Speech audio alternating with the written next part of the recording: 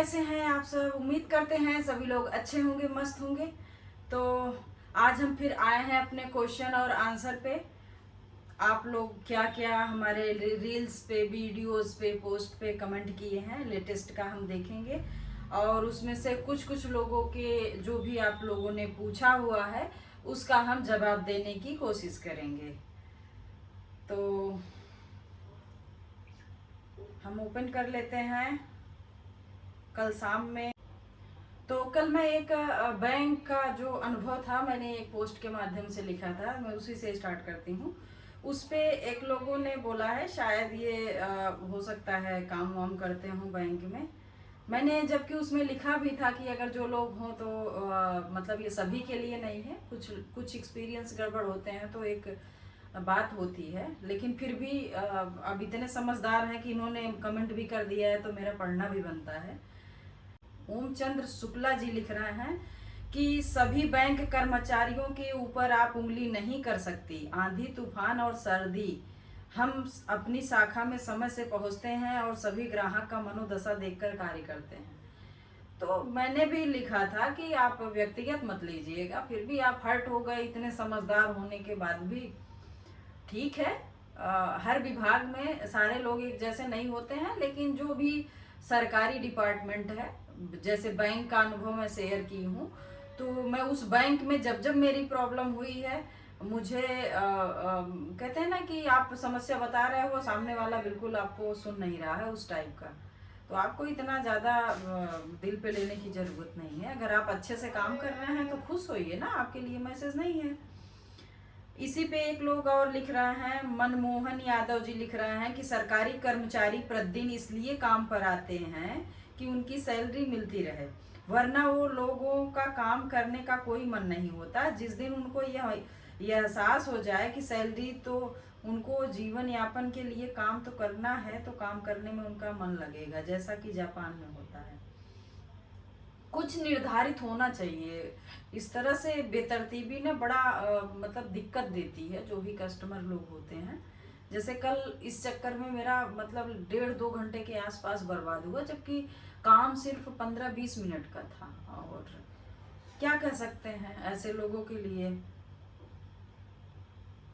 और दिनेश दुबे जी लिख रहे हैं कि बैंक का नाम नहीं लिखा, एसबीआई तो नहीं है तो सरकारी बैंक का क्या ही नाम लेना, छोड़िए। लेकिन हर जगह सरकारी बैंक की मुझे लगता है ऐसी ही स्थितियां होती हैं। चलिए, यहाँ पे मैंने इस पोस्ट से 2 कमेंट लिया। और रवि कुमार जी लिख रहे हैं कि आपको क्या जॉब की जरूरत है, अगर हो तो प्लीज मैडम जी बताइए हमारे अंडर में काम करने के लिए। तो मिस्टर रवि जी, अगर आपको दिक्कत हो रही हो तो बताइएगा, मेरे पास काम है, आप कर सकते हैं। और मतलब मैं अगर इस प्लेटफॉर्म पे हूँ तो आपको लगता है कि मैं बेरोजगार हूँ, ऐसा आपको महसूस हो रहा है। अगर महसूस हो रहा है तो थोड़ा सा अपने आप को अपडेट कीजिए, ठीक है। और काम आप फेसबुक पे लोगों को मत बांटिए कमेंट के माध्यम से। आपके इर्द गिर्द बहुत बेरोजगार होंगे, बहुत जरूरतमंद लोग होंगे, उनको खोज के दीजिए, ज़्यादा अच्छा लगेगा।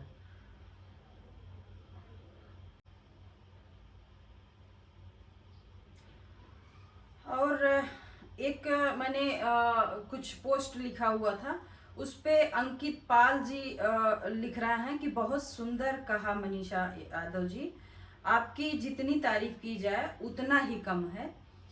सोच अच्छी है, कीप ग्रोइंग। फिर लिख रहे हैं कि वैसे आपका प्रोफेशन क्या है मैडम। तो प्रोफेशन अगर मैं यहाँ पे हूँ तो आपको पता लग गया होगा कि मेरा प्रोफेशन क्या है। फिर भी अगर नहीं समझ में आ रहा है तो समय के साथ जुड़े रहिए, आपको समझ में आ जाएगा।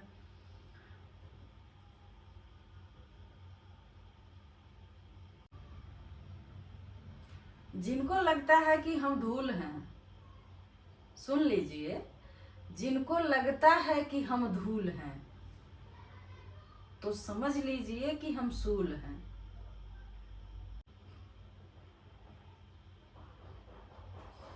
मनोज यादव जी लिख रहे हैं, you always perfect in every situation. Thank you. अगर आपको ऐसा लगता है तो बहुत बहुत धन्यवाद आपको बढ़ाने के लिए, मेरा मनोबल बढ़ाने के लिए।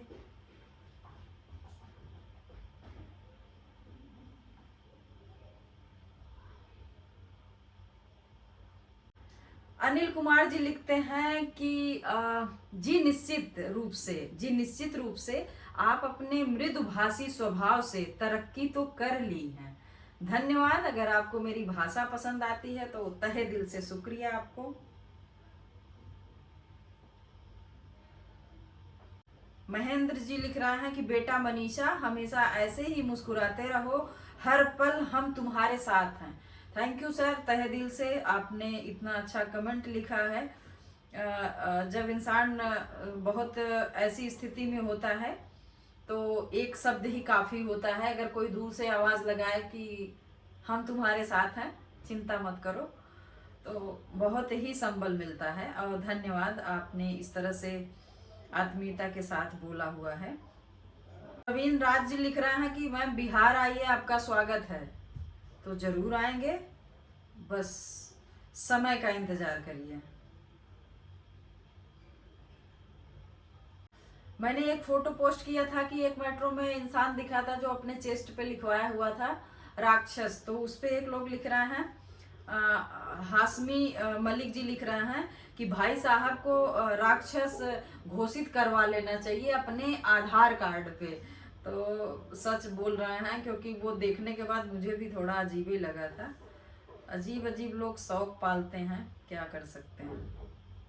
उसके लिए भी लोग बोलेंगे कि ये मेरी आज़ादी है, मेरी स्वच्छंदता है, तो सही बात है, उनको उनकी आज़ादी मुबारक। तो ये कुछ आपके कमेंट हैं जिसको मैं कोशिश करी हूँ कि पढ़ लूँ थोड़ा सा।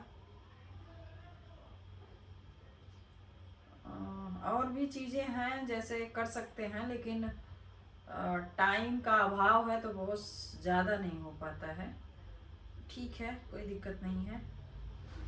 आप लोग ढेर सारा प्यार दीजिए, इंस्टाग्राम को भी बहुत जल्दी आप लोग ग्रो कराइए, ताकि मैं कुछ अच्छी चीज़ें कर सकूं। क्योंकि सारी चीज़ें अगर मेंटेन रहेगी तो मुझे जो भी मैं अपना सोच रही हूँ वो बहुत बेहतर तरीके से हो पाएगा। उस पे भी क्योंकि अभी कुछ वर्क करना है मुझे, जो कि कंप्लीट नहीं है। तो वो जैसे ही कंप्लीट होता है तो फिर मैं आप लोगों के बीच में कुछ ऐसा स्टार्ट करने वाली हूँ जो आप लोगों को बहुत पसंद आने वाला है। तो ठीक है, आप लोग का कुछ कमेंट ही ले पाए हैं। आप लोग ज़्यादा से ज़्यादा अपने कमेंट को रेज करिए हमारे रील्स, हमारे पोस्ट पे, ताकि हम जब भी ये क्वेश्चन आंसर का वीडियो शूट कर रहे हो तो आपके सारे क्वेश्चन और जो भी आपके कमेंट हो उसके आपको जवाब मिल जाए, और आपका अपना नाम आएगा तो आपको अच्छा लगेगा। तो इसलिए आप लोग ज़्यादा से ज़्यादा कमेंट करिए। इस वीडियो पे भी आप कमेंट करेंगे तो मैं कोशिश करूंगी कि जो नेक्स्ट वीडियो शूट करूंगी उसमें ज़रूर आप लोगों का कमेंट मेंशन होगा इस वाले वीडियो का। अगर आप लोग फेसबुक पेज पे देख रहे हैं तो फॉलो करके जाइएगा। अगर आप यूट्यूब चैनल पे हमारे देख रहे हैं तो वहाँ भी थोड़ा सा प्यार बरसाते हुए जाइएगा। आप लोगों के सहयोग प्यार की वजह से मुझे इतना सुकून मिल रहा है जिसको मैं शब्दों में बयान नहीं कर सकती हूँ। तो ऐसे ही प्यार सपोर्ट बनाए रखिएगा। ठीक है, मिलते हैं आपको फिर से एक नए वीडियो में। तब तक के लिए शुक्रिया।